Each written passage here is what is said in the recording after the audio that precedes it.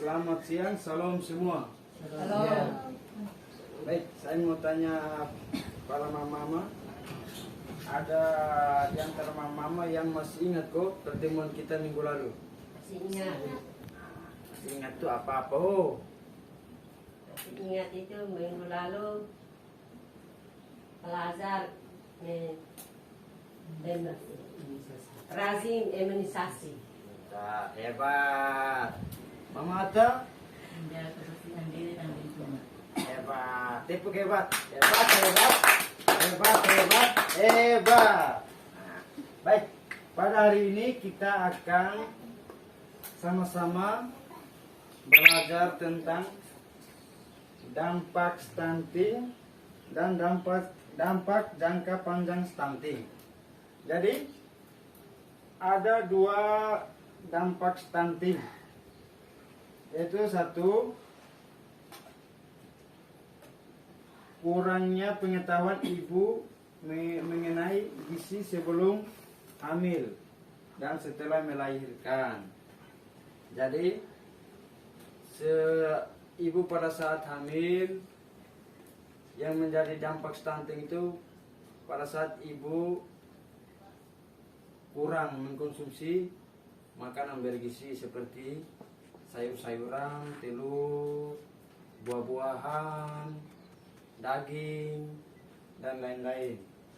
Nah, contohnya kurang dan juga terbatasnya akses pelayanan kesehatan, termasuk layanan kehamilan. Nah, seperti mama marung mungkin jarak posyandu dari rumah ke posyandu mungkin jauh 1-2 kilo. Jadi itu yang menyebabkan mama marung malas untuk pergi ke layanan kesehatan atau posyandu. Nah, itu juga sebenarnya tidak baik. Dampaknya yang menyebabkan anak stunting karena kurang kontrol kehamilan. Nah, yang berikut ini kurangnya akses air bersih dan sanitasi.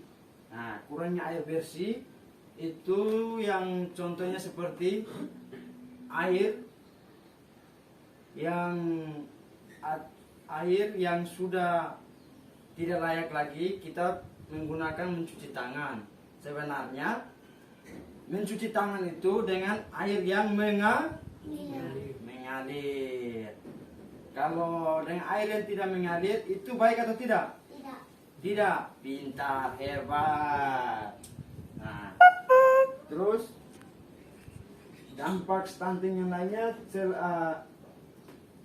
contoh pada saat hamil, ibu-ibu banyak mengkonsumsi makanan bergizi seperti sayur-sayuran, daging, telur, harus rajin mengikuti kegiatan di posyandu. Terus harus mencuci tangan dengan air yang bersih supaya tidak terjadi dampak-dampak yang kita tidak inginkan pada anak kita untuk agar mengalami stunting tersebut. Karena stunting itu sebenarnya tidak baik mama orang Nah, stunting. Jadi dampak stunting itu yang bisa mama lihat di anak itu, satu adalah pertumbuhan selain tumbuh yang pendek dari anak seusianya, ada juga ciri-ciri lainnya yakni pertumbuhan melambat. Nah, seperti anak yang seusianya, anak tetangga kita, dia sudah mungkin tinggi, nah, tapi anak kita masih pendek. Nah, terus ada juga wajahnya tampak lebih muda dari anak seusianya. Nah, terus pertumbuhan giginya terlambat. Nah, itu dampak-dampak stunting. Terus ini kemampuan fokus dan memorinya agak lambat. Nah, itu yang masuk kategori dampak stunting. Nah, terus bagi anak-anak usia 8-10 tahun, itu anak menjadi lebih pendiam. Pendiam contohnya seperti anak-anaknya bermain, beraktivitas seperti anak seumurnya, tetapi dia malahan dia duduk, banyak melamun. Pokoknya seperti kayak dia gaya untuk bermain tidak ada. Dia murung. Nah, itu juga termasuk dampak stunting. Nah, terus berat badan balita itu tidak naik, bahkan cenderung menurun. Semakin besar usianya, semakin menurun.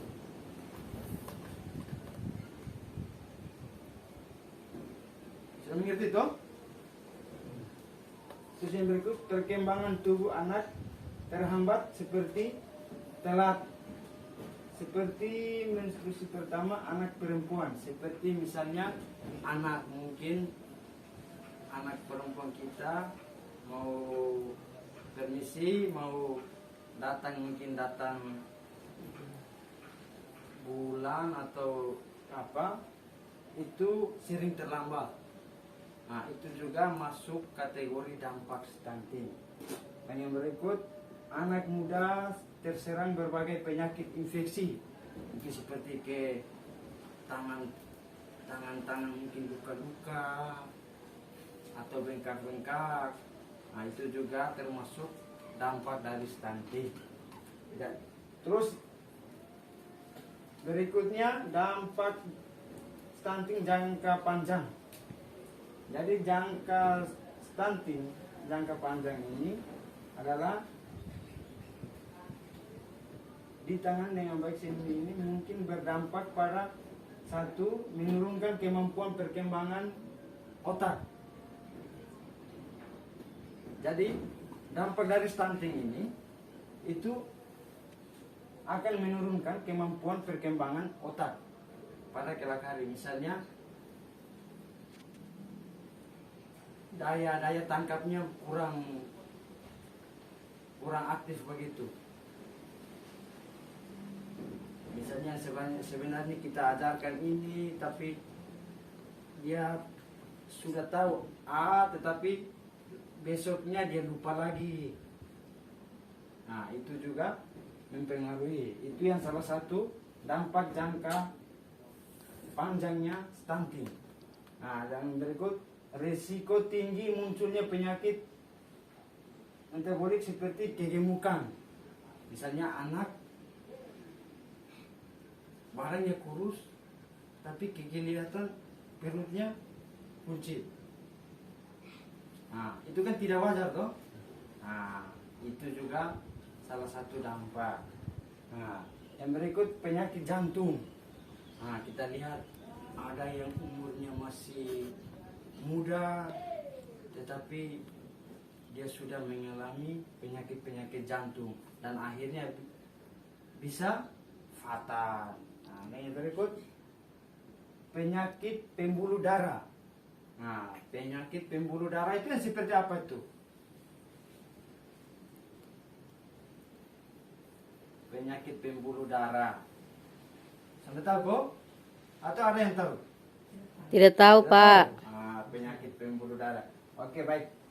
Jadi, dan yang berikut kesulitan belajar.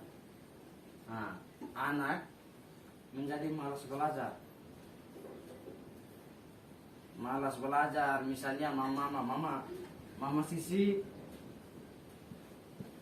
lihat anak main terus mama Sisi suruh dia mau belajar tapi dia tidak mau belajar. Nah, itu juga salah satu dampak jangka panjang stunting. Nah, bahkan ketika sudah dewasa nanti, anak dengan tumbuh pendek itu akan memiliki tingkat produktivitas yang rendah dan sulit bersaing di dalam dunia kerja. Jadi dampaknya itu besok lusa anak kita sudah besar, mau mencari kerja itu agak susah karena daya saingnya itu kurang. Dan juga yang berikut, saya mau tanya pada bapak mama dong, bapak-bapak, mama-mama yang ada di sini, siapa yang ingin yang ingin anaknya besok atau lusa menjadi orang yang hebat? Ayo, siapa yang ingin begitu? Semua, Pak. Semua? Ya. Nah, baik. Jadi, mama dan bapak harus rutin mempraktekannya di rumah agar anak bapak-bapak dan mama-mama kelak menjadi orang-orang yang Hebat. pintar. Tepuk hebat dulu buat kita semua. Ini tepuk hebat begini ya. Tepuk hebat. Hebat, hebat. Hebat, hebat. Hebat. Baik. Terima kasih pada pertemuan kita hari ini. Dan kita akan memulai kembali pada minggu depan. Jadi mama dong, tolong sampai rumah, tolong praktekkan ini Cuci dengan tangan. rutinnya mama dong, agar dampak-dampak yang tadi kita jelaskan, kita sama-sama belajar atau pendamping jelaskan itu tidak terjadi pada anak-anak kita. Ya, baik. Salam. Salam, Pak. Kita semua.